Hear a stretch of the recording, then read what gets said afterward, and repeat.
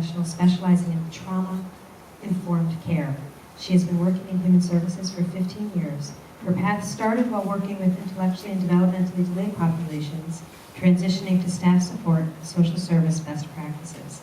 She trains in the understanding of what trauma is, how being traumatized affects brain development, and how developing positive relationships with and around traumatized youth is a part of the path of healing. She's a certified therapeutic crisis intervention trainer, trauma-informed approach to crisis de-escalation for children and teens. To further build on self-awareness, she has also implemented mindfulness practices as part of her trainings. And when not in training, she spends time practicing yoga, meditating, and maintaining a healthy balance of self-care. Please welcome Lisette.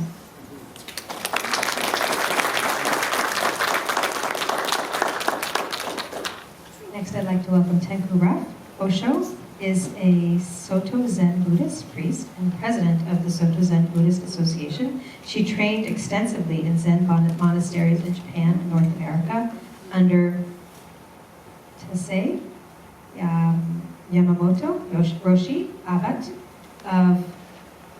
she trained, and she can tell us more about her training. I'm sorry, I'm just not going to do a good enough job. And in the same, Tenku holds a Master's of Divinity degree from Maitripa College, and she is a board-certified chaplain with the Association of Professional Chaplains. Tenku Osho is the head priest of Beacon Zen in Beacon, New York. Tenku has strong interest in ethics, inter-Buddhist, interfaith dialogue, and ways people can support each other and grow through challenges in life. She was recently profiled in Tricycle magazine, and you can listen to her October Dharma Talk series called Reclaiming Our Stories, 4 Remarkable Zen Women. It's available at tricycle.org/Dharma Talks. Please welcome Tenku.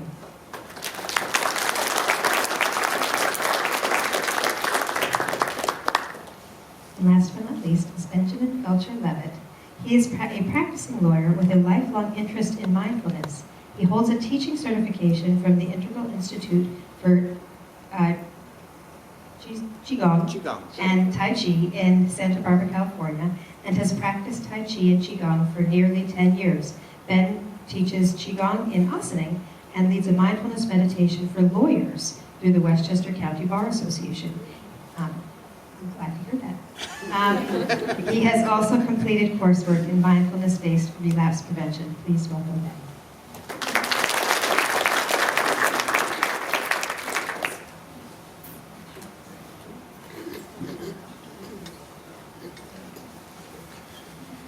Okay, so Christina has some cards and some pens, and we'll be passing them out. Anybody who has a question for our panelists or something you'd like to have us share with the room, please just raise your hand, and then Christina will bring, good, glad to see the first hand go up. I'm sure there'll be many more, and we'll incorporate those into our discussion here with our panelists.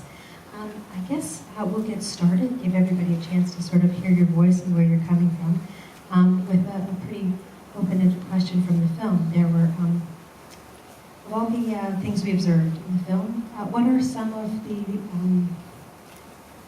concepts, the practices that we might be able to most easily incorporate into our daily lives? The mic's up for grabs. No sex.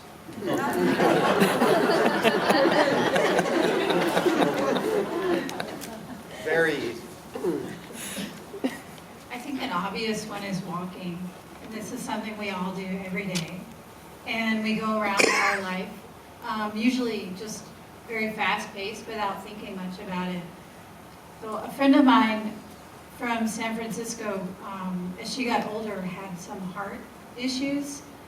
And she said one day she went to her doctor, and her doctor said, Blanche, you're a Buddhist teacher.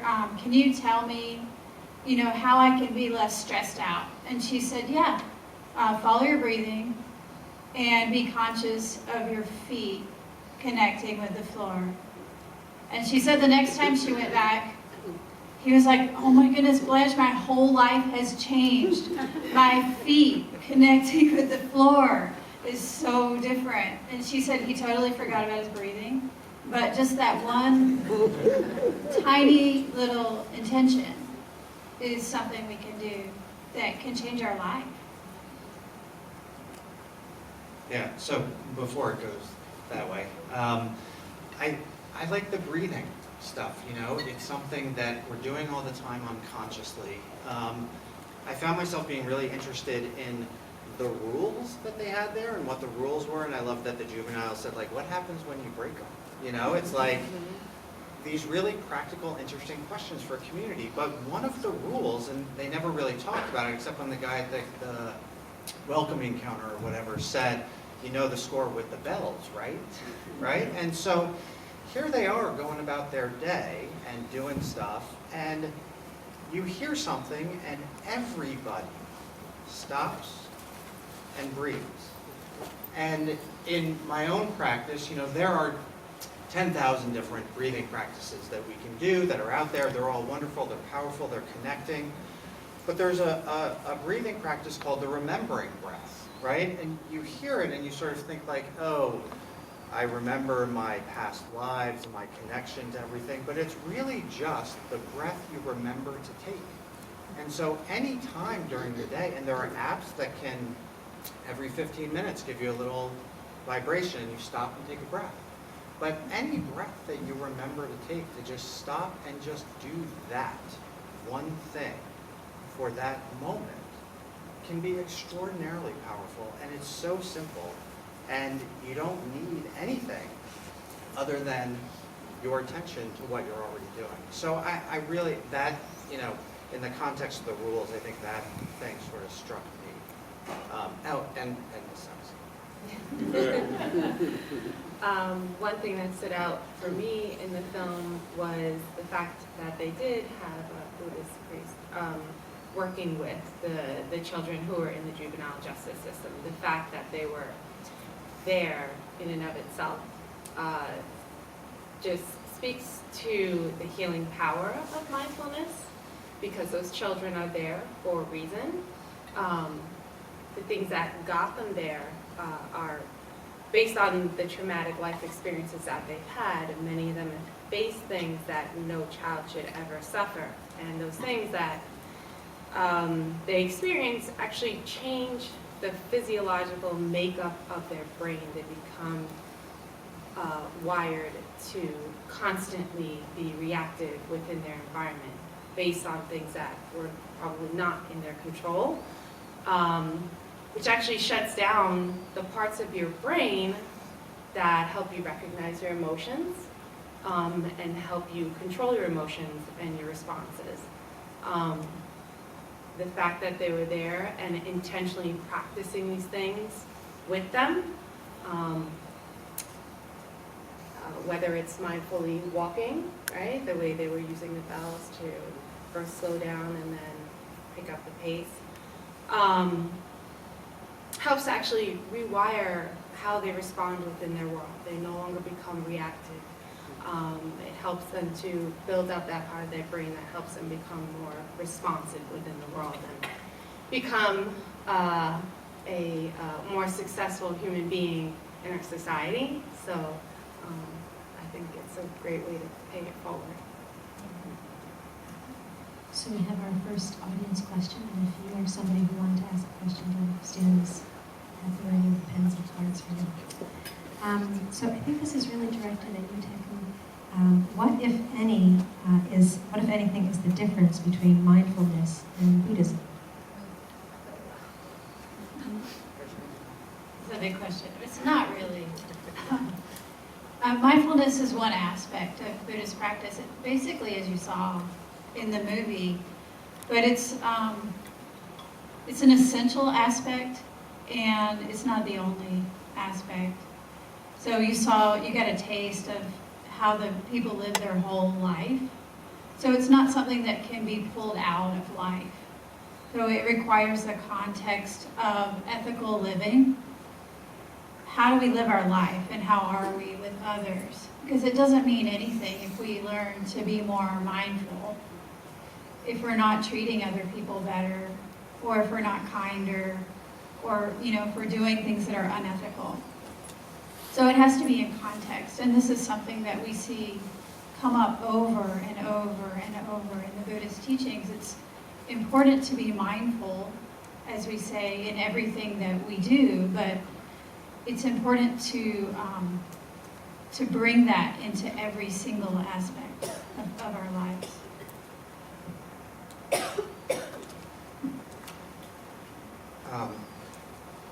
I guess there's definitely a lot to that question. I totally agree. I sort of think that in the film we heard mindfulness as continually arriving, and I've heard somewhere, read somewhere, or dreamed somewhere that the translation from the Sanskrit, which is where the word comes from, is remembering the present, which is a little bit of an odd thing, but I sort of think of mindfulness as a mode of being, and it can come along with any sort of religious trappings that people may have attached to it or themselves. There's a book, and I don't know if I don't know if it's a movement, but there are people who identify as Jew-boos, right? And so they were raised Jewish and have become Buddhist, and there's this book called, Funny You Don't Look Buddhist. And the author describes going through lots of Buddhist meditation and having these hesitations, and am I going to change? And she writes that she kept thinking that she would somehow travel away from her Judaism in doing this Buddhist meditation, but what she found was she found herself having what she felt like was a more authentic connection to the tradition that she grew up in. And so I think there's some insight there into a potential distinction or relationship between mindfulness and any kind of tradition that mindfulness will find a place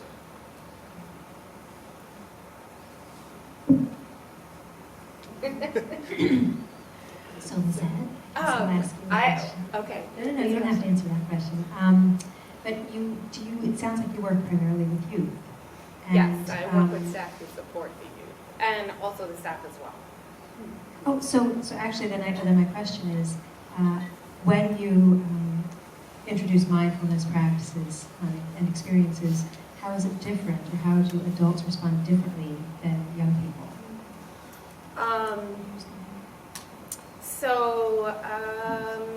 I'm sorry. You know what? Sometimes it's not all that different. It's not all that different. There are times where, they kind of have some buy-in, but sometimes the children are wrapped up in their experiences or stuck in their trauma, and that prevents them from being more mindful. But oftentimes the adults who work with these children who have had traumatic experiences are kind of showing up to be the person that wasn't there for them, so they're kind of trying to fill that role. So they also have sometimes just as hard of a time. They have buy-in, but because they either have their own trauma they're carrying with themselves and haven't come to realize that they've dealt with it, or they're just experiencing chronic stress like many of us adults and have trouble. They want to. I think oftentimes they want to. They see the benefits of it, but they kind of struggle to actually come through with it, to kind of come to that mindfulness. And like I was going to add on to what you were saying before, when you continually practice that mindfulness experience, oftentimes when you've had traumatic experiences, you're completely disconnected from your own body, and it doesn't allow you to make connections with other people, right? And as human beings, we are wired to connect with people. It's what makes us feel good. It's what we're naturally born to do when we're little, when we're just born as babies. We just want to connect with our parents. We're just wired like that. And so it's very hard on the body to not have that access anymore once you've had those traumatic experiences, and that mindfulness piece, that part of the brain shuts down. It doesn't allow us to connect with other people, and just like you're saying, it helps us to build on that. And that sense of connection builds a sense of safety, and when you have safety, you have healing. Thank you. Actually, this next question builds off of that and is perhaps directed at you, Tenku. In the film, there's an emphasis on the being in the present. Does that mean you shouldn't concern yourself with the things in the past that are bothering you? Obviously. May I have your attention, please? The library will be closing in a half hour. Please note that the computers will be shutting down in about 15 minutes. Please save all your work. So it sounds like when Lisette works with people, their experience with mindfulness is very much informed by their traumatic past experiences. But when the question is, does that mean you shouldn't concern yourself with the things in the past that are bothering you? So if you really think about it right now. Where are we? We're at one place, and that place is right here, right now. And when we think about the past, where is the past right now? It's in our mind, right? It's also right here and right now. And when we think about the future, where is that? In this moment, where's the future? It's also right here. So really the present moment is all there is. So yeah, we can learn from things that happen, and we can have intention for things that we think might happen or how we'd like to grow. But the reality is the only place we can be is right here and right now. And the sooner we learn to really appreciate that and just be here fully, the more full our life becomes.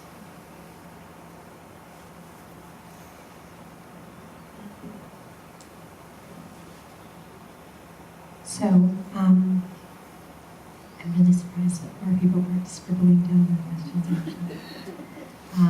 Because when I say there's no time for one question, I find people to raise their hand.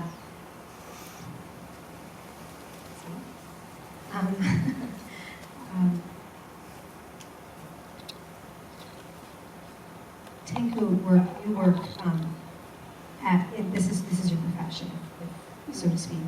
For most of us, mindfulness practices or yoga or meditation, whatever form it takes in our lives, is something that is incorporated into a life that is very different from what we saw in this film.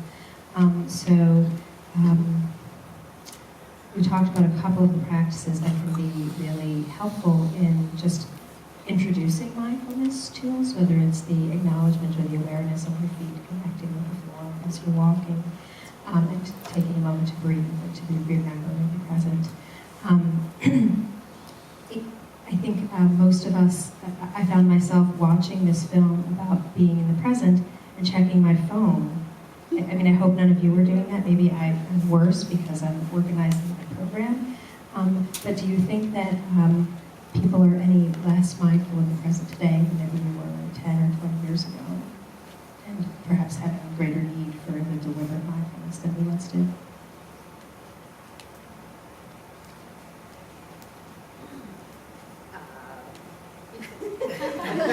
Yeah.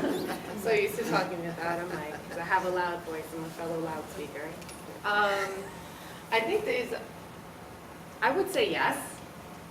I would say yes that we are, especially with social media, because there's this constant barrage of information all the time. If you open your cell phone and you flip through Facebook, and all you have to do is scroll for about 1 or 2 seconds, you've got about 3 or 4 news stories about 5 or 6 birthday parties that happened, and you just took in all of that information that is not even connected to anything you're doing in the moment, and have become completely lost in it.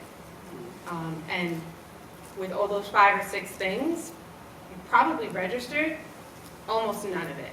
You'll probably forget most of that information in the next 20 seconds anyway. So I think with that, yes, I think to that respect, in the general population, yes, I think it's much more difficult, takes much more effort to be in the present. Never mind your past experiences that are floating around in your head. So you've got both of those going on. challenge. I'll take a little bit of a different position and say no. I think that Western society has been mindless since Descartes said, I think, therefore I am, right? So ever since that moment, Western society has privileged thought, cognition, logic, which is in some ways the opposite of being. And so we've been mindless, not mindful, for a long time. And I can tell you that lawyers have been mindless for, as long as they've been lawyers. What do? We think about wrongs in the past, and we plan how to attack the other side to fix them, right? Well, that's really not being present. So I do think that there are very particular challenges to our brain activity due to screen time and attention span and Facebook and social media, and I do think that there are hugely detrimental impacts on the way we exist. But I'm not sure that connecting that to mindfulness is necessarily, I don't know that they're necessarily correlated in that way. And I think it may be helpful to think about it as not just a what's happening culturally now. We have more TV, we have less books, right? There's always been rock and roll or TV or something that has been rotting the children's brains. And so Facebook is just another thing that's rotting their brains. And it may be physiologically true that it's rotting their brains in a different, more quicker way or whatever. But I guess it's just to say we've been mindless for a long time. So I don't know that I disagree, but it's just a different, yeah. We have time for, did you want to comment? This one is particularly for Ben, but anybody who has a similar experience can share. But Ben, can you please share with us information about Tai Chi Easy and what is the impact of people practicing daily?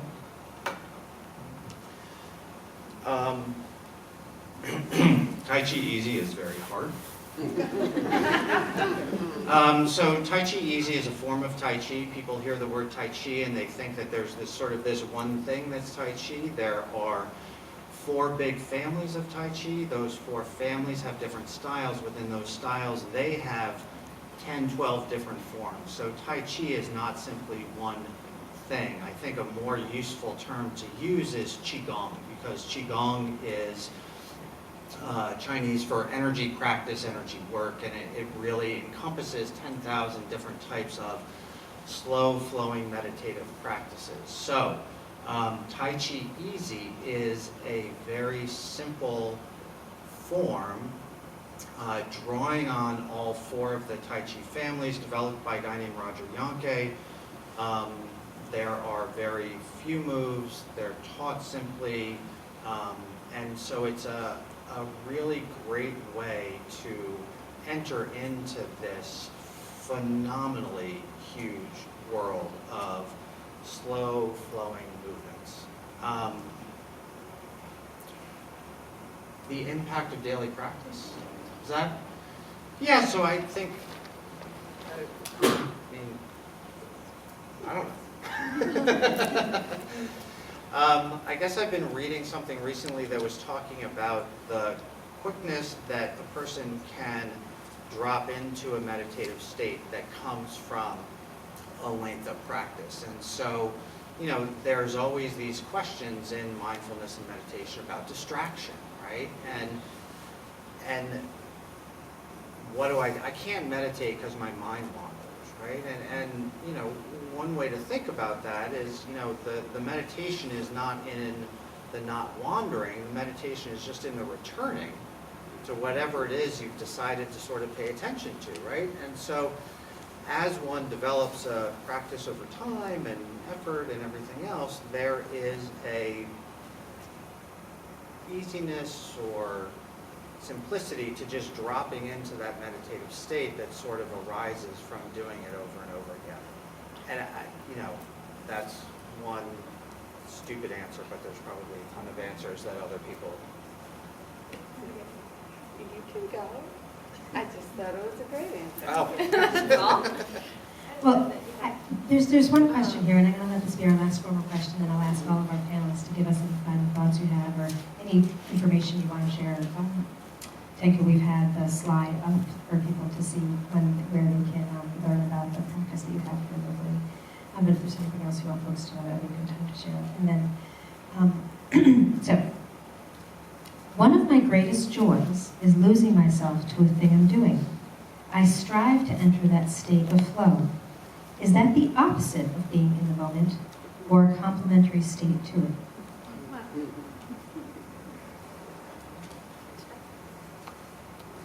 It depends. Are you in it? Are you not in it? I can't answer that for you. You know, we saw in the film the guy watching the ants. He was clearly in that moment fully. He didn't seem to be checked out, but how do I know? Because, you know, I'm not in his mind. He could have been thinking about, you know, Minnesota and that guy that he ran into earlier. So I think when we're fully absorbed and we're fully present, we know what that's like. I know that's simple, but I guess I would say, you know, really trust your own gut, trust your own practice. So I guess it wasn't my question, but I do connect with it. And to me, the difference seems when I think of meditation, and your description, Ben, was familiar. You're trying to just be mindful about being present and notice your breath and not let your mind wander. This person was describing to me where they're actively using their mind to explore something, figure something out, or go through a task. And they're just focused on whatever that is, but it could be intellectually very active, but they're forgetting about what time of day it is, or that their children are about to be home, or that they're uncomfortable in the position they're sitting in. They're just so focused, which, but they are absorbed in that experience. How is that? Is that mindfulness or not? Yeah, it could be. It sounds Yeah, like no, it must be. the it depends, I think, is totally right. There is a flow that is completely, you and the movements are one, you and the activity are one. There is no you because there is just that stuff. Then there's the get away, I need to be totally in this, I'm doing this, we're doing it, it's done, no, right? And one might say that's, not so much there, right? So, yeah, it depends. I mean, you mentioned that you forgot about the kids. So maybe if you forgot about the kids. Oh, sorry. Maybe if you forgot about the kids because you're so absorbed, then when you remember the kids, then bring yourself back and continue your full absorption in your work with a consciousness of your kids at the same time. And then when you forget about them, then, remember them again. Thank you. So I'd like to invite all of you to have a final thought that you'd like to leave us with this evening. A final thought you'd like to leave us with, for all of you.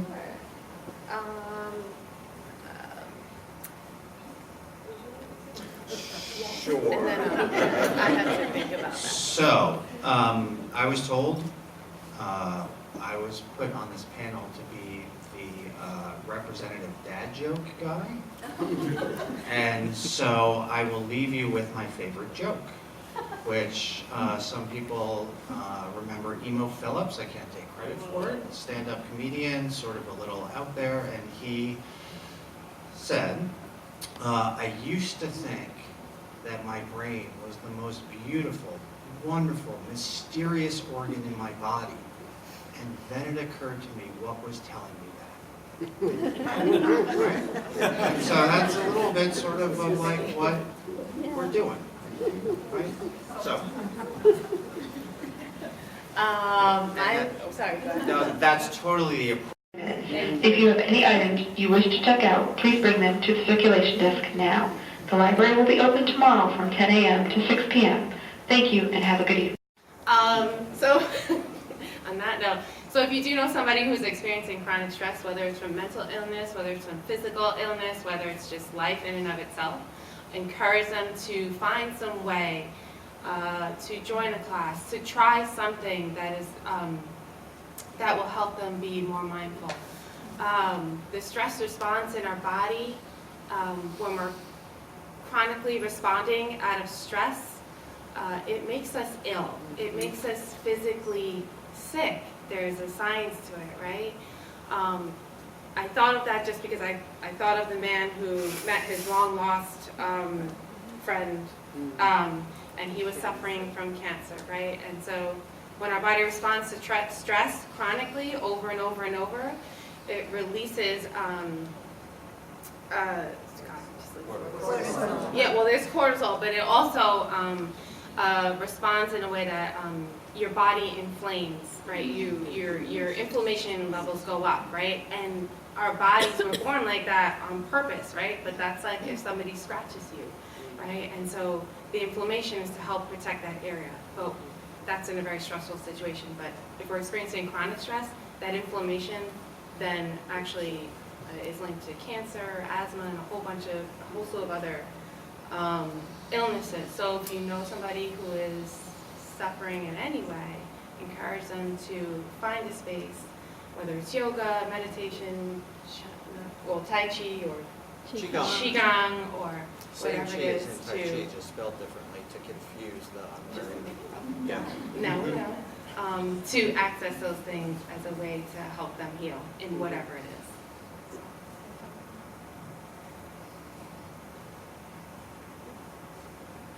Okay, I'd like to say, so in the film, we saw a lot of really beautiful things. We saw these beautiful trees, water, some ants.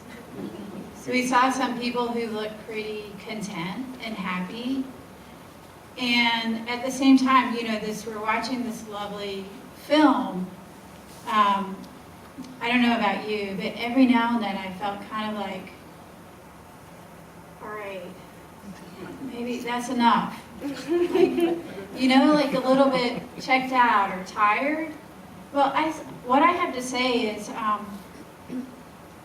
it's clear what they're trying to show us in the film. They're trying to show us what life is like when we practice mindful living, when we're really fully here. The trees are more beautiful and the ants are fascinating, but we can't appreciate that by watching somebody else's experience. We have to do that for ourselves. And I know everybody in here has experienced that in some way, shape, or form, you know, whether you've been looking at the clouds or the stars or your family's face and really understood what it feels like to be completely connected. So I would encourage you to, you know, you can't get it from a book or from a movie. We can get an idea of it, enough to draw us in, but then we really have to do it for ourselves and see what that's like firsthand. Thank you. Let's please give a round of applause for them. Our wonderful panelists.